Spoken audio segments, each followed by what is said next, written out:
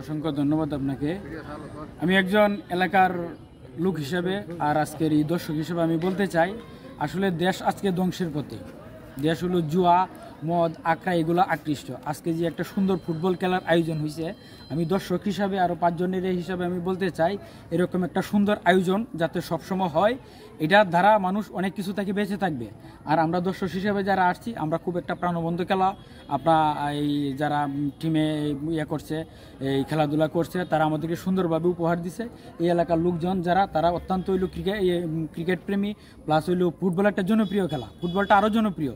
আমরা চাই এই ফুটবলটাকে আরও এগিয়ে নিয়ে, যারা উপরোক্ত সংস্থা আছে তারা এটার প্রতি দৃষ্টি আকর্ষণ করবে, যারা সংগঠন ভিত্তিক খেলে এবং তৃণমূল পর্যায়ে এই ফুটবলটাকে কিভাবে আগায় নেওয়া যায়। আমি উপরে যারা আছে এখানে আপনার মাধ্যমে তাদেরকে জানাইতে চাই, এই ফুটবলটাকে কিভাবে আরও জনপ্রিয় করা যায়, তারা এটার দিকে একটু দৃষ্টিগোচর হবে।